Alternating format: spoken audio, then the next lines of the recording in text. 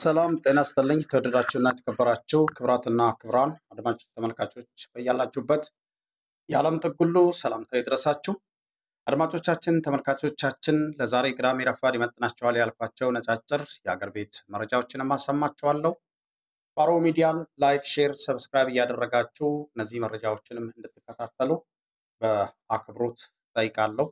ቀጥታ ወደ መረጃዎቹም ነው ማልፎ መረጃን የማስቀድምላችሁ ከወደ አሜሪካ የተሰማ ደስታን የሚገልጽ ጉዳዮች ናቸው። ይሄ ነገር ለሁሉም ማህበረሰብ በአሜሪካ ውስጥ ያሉ ኢትዮጵያኖችንም ጨምሮ በሌሎች ዓለም ላይ የሚገኙትንም የዓለም ማህበረሰብን የሚያካትት ጉዳይ ነው። እንግዲህ አሜሪካ ፕሬዝዳንት ዶናልድ ትራምፕ ወደ ስልጣን ከመምጣታቸው በፊት በአሜሪካ ለሁሉም ሀገራት ይጠቅማል የሚሉ በርካታ ጉዳዮችን አሳካለሁ የሚል ንግግርም ሲያሰሙ ነበር። ከዚሁ ጋር ተያይዞ ግብረ ሰዶማንን በተመለከተ የወሰዱት እርምጃ በጣም የሚደነቅና የሚበረታታ ነው። አሁንም ደግሞ ከዛው ጋር ተያይዞ የወሲብ ፊልሞችን፣ ቪዲዮዎችን የሚለቁ ተቋማት እንዲሁም ድርጅቶች ወይም ዌብሳይት ላይ እንዲወገድ ትዕዛዝ ያስተላለፉበት ሁኔታ ነው ያለው።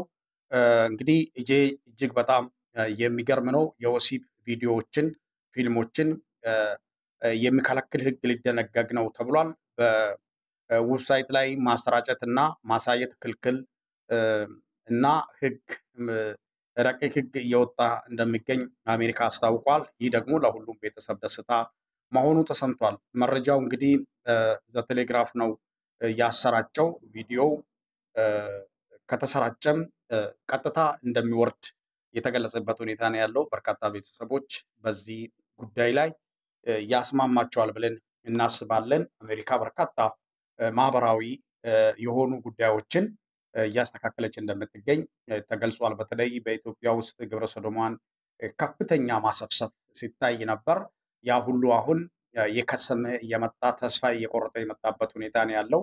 ይሄ ነገር ለምን ይቆማል ተብሎ ሰልፍ የወጡም ቢኖሩም ነገር ግን እንደ በፊቱ እየተስፋፋ እንዳልሆነ እና ተስፋ የመቁረጥና ነውሪነቱ እየተጋለጠ እንደሚገኝ ተገልጿል። በሌላ መረጃ በሩሲያ እና በዩክሬን መካከል ይደረጋል ተብሎ የተጠበቀው የትላንትናው ስብሰባ እንግዲህ መጀመሩ ተገልጿል። ቭላድሚር ፑቲን አለመገኘታቸው በርካታ ሀገሮች ቁጣቸውን ቀስቅሷል። ጀርመን እና እንግሊዝ የሚገኙበታል። ቁጣ ከቀሰቀሱት ሀገሮች በትላንትናው ዕለት እንግዲህ በተጀመረው ስብሰባ ፑቲን አልተገኙም ተብሏል። ፑቲን በስብሰባው ያልተገኙት የሩሲያ የስለላ ድርጅቶች ፑቲንን እዛ ቦታ ላይ ለማዋረድ እቅድ ተይዟል የሚል በስለላ ስለተደረሰ መሰማቱን ተከትሎ ነው ሀሳባቸውን የቀየሩ የሚሉ የመረጃ ምንጮች መረጃ አውጥቷል። አንዳንድ ሀገሮች እንግዲህ በሩሲያ ላይ ማዕቀብ እንጥላለን ብለው ፎክረዋል። ሩሲያ 25 ከባባድ ማዕቀብ ተጥሎባታል። እንግዲህ እነዚህ ማዕቀቦች ተጥሎባት ያልተበገረችው አገር ከአሁን በኋላ ማዕቀብ ይበግራታል ወይ የሚሉትም ደግሞ በርካቶቹ ይህን ጥያቄ አንስቷል። የዓለምን ኢኮኖሚ ያዛባው የደም አፋሳሽነቱ የሚታወቀው ጦርነት እንግዲህ እንዲቆም ጥሪ እየቀረበ ይገኛል። የሩሲያና የዩክሬን ጦርነት። አድማጮቻችን፣ በሌላ መረጃ በኢትዮጵያ ሐኪሞች አድማ እንግዲህ ዛሬም ተጠናክረው ቀጥሏል። ጎንደር ሆስፒታል ሙሉ ለሙሉ ተዘግተዋል። ሐዋሳም በተመሳሳይ ነው የተባለው። የመንግስት ወታደሮች ሆስፒታሉን እንግዲህ ወረውታል። ከዚሁ ጋር ተያይዞ መንግስት ዶክተሮችን እያፈነ ይገኛል። 20 ዓመት የተማረውን ዶክተር 3 ወር በተማሪ ወታደር እያዋረደው እንደሚገኝ ተገልጿል። የሐዋሳ ዩኒቨርሲቲ መምህራን በጋራ መግለጫ አውጥቷል። ከኢትዮጵያ ሐኪሞች ጎን መቆማቸውንም አስታውቋል። በተረፈ የቀድሞ የሐዋሳ ዩኒቨርሲቲ የሕክምና ተማሪዎችን መታችሁ ስራ ጀምሩ የሚል ጥሪ ቀርቦላቸዋል። ተማሪዎቹም በጣም የሚገርምና አስደናቂ መልስ ሰጥቷቸዋል። ስራ እድል ስላመቻቻችሁልን እጅግ በጣም አድርገን እናመሰግናቸዋለን። ነገር ግን የዶክተሮች ጥያቄ የእኛም ጥያቄ ነው። እኛ በዚህ ሂደት ውስጥ መጥተን ይሄንን ስራ መስራት አንችልም፣ እናመሰግናቸዋለን የሚል መልስ ለብልጽግና ሰጥቶ ብልጽግናን አሳፍሯል። ብልጽግናዎቹ እንግዲህ አንደኛው ዞር ስል አንደኛውን አምጥቼ በቦታ ተካለው የሚል ሂሳቤና ካልኩሌሽን ሰርቶ ነበር። የብልጽግና የሂሳብ ስራ በዜሮ ተባዝቶባቸዋል። እጅግ በጣም የሚገርም መልስ ነው እንግዲህ ቀደም ሲል በሐዋሳ ዩኒቨርሲቲ ሕክምና የተማሩ ተማሪዎች የመለሱት መልስ ስራ እድል ስላመቻቻችሁልን በጣም እናመሰግናቸዋለን። አሁን ባለው ሁኔታ ግን መተን ይህን ስራ መስራት አንችልም ሲሉ ነው ብልጽግናዎችን ያሳፈሩ። አድማጮቻችን፣ ተመልካቾቻችን እንዲህ አይነቱ ድርጊት እንግዲህ በሌሎች ተቋማት ላይም መሰራት አለበት የሚሉ በርካቶች ሀሳብ አስተያየታቸውን ሰጥቷል። አስተማሪዎችን አሁን ከአድማ ውጪ ለማድረግ ሙከራ እየተደረጉ ይገኛሉ። የማባበል ስራዎችን ከተማ ቦታ እንሰጣቸዋለን የሚሉ ስብሰባዎች በተለያዩ ቦታዎች ላይ መምህራንን እየጠለፉ እንደሚገኙ ተገልጿል። ለአብነት እንግዲህ በኦሮሚያ ውስጥ መሬት እንሰጣቸዋለን በማለት መሬት የተሰጣቸውም አስተማሪዎችም እንዳሉ ተገልጿል። እንግዲህ መምህራን ተቃውሞውን የሚቀላቀል ከሆነ ብልጽግና ያበቃለታል።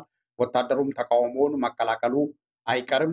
በደሴና አካባቢው በስብሰባ ላይ የተሳተፉት ወታደሮቹም የመብት ጥያቄ፣ ደሞዝ ጥያቄን የጠየቁ እኛም ቤተሰቦቻችን ይህንን ጥያቄ እየጠየቁን ይገኛሉ። ቤተሰቦቻችን ገንዘብ እየጠየቁን ይገኛሉ። ወይ ደህና ደሞዝ አልተከፈለንም፣ ወይ ደህና ሞት አልሞትንም፣ እኛም እንዲሁ አይነት ነገር ላይ ያለ ነው ያሉ ወታደሮች መኖራቸው ተገልጿል። እንግዲህ አንዳንድ የወታደሮቹ አዛዥ እንዲህ አይነት ጥያቄ የምታነሱ ከሆነ ከውስጣችሁ ላይ መርጠን እርምጃ ለመውሰድ እንገደዳለን የሚል ዛቻና ማስፈራራ እየደረሰባቸው እንደሚገኝ ተገልጿል። ወታደሩም እንግዲህ ይሄ ጥያቄ እንግዲህ ድንጋይ መወርወር፣ መንገድ መዝጋት፣ መዝረፍ፣ መግደል እና መኪናን መስበር አይደለም። ይሄ ጥያቄ የዳቦ ጥያቄ ነው። የዳቦ ጥያቄ ደግሞ በኢትዮጵያ ውስጥ በሁሉም ተቋማት ላይ የጥያቄ ምልክትን ያጫረበት ሁኔታ ነው ያለው። ፖሊሱ ደሞዝ ጭማሪ ይፈልጋል፣ ወታደሩ ደሞዝ ጭማሪ ይፈልጋል፣ መከላከያው፣ አስተማሪው እንደዛ፣ ሐኪሙ እንደዛ። ሁሉም ተቋም በኢትዮጵያ ውስጥ ይሄንን የኑሮ ውድነትን ተከትሎ ይህን ጥያቄ የማያነሳው አንድም ተቋም የለም። እንግዲህ አስተማሪዎችም የሚነሱ ከሆነ ህዝብም ከነዚህ ተቋማት ጎን ይቆማል ተብሎ ይጠበቃል። ለውጥ ማለት እንግዲህ አንዱ ይሄ ነው። በትግራይ ክልል ዛሬም በደብረ ሲኦል ላይ በሞይኒ ከተማ ህዝብ ተቃውሞ አሰምቷል። የጌታቸው ረዳን የመዋቅር ለውጥ ተከትሎ ነው እንግዲህ ህዝቡ ቁጣ የቀሰቀሰው። የማጮው ህዝብ ተቃውሞውን በርትቶበታል። የትግራይ ተቃዋሚ ፓርቲዎችም ተቃውሞውን ተቀላቅሏል። የህዋት ጭቆና ማክተም አለበት ይላል። ነዋሪዎቹ ህዋት ጦርነት ፈላጊ ነው ብሎ ፓርቲውን አውግዟል። ሌላው የአሜሪካ ሴኔተር ኤርትራ ለጦርነት እየተዘጋጀች ነው ብሎ መክሰሳቸውም ተከትሎ ኤርትራ መልስ ሰጥታለች። እኔ ለጦርነት እየተዘጋጀው አይደለውም ብላለች ኤርትራ አሜሪካ በሚገኘው ኤምባሲዋ በኩል ነው እንግዲህ መልስ የሰጠችው።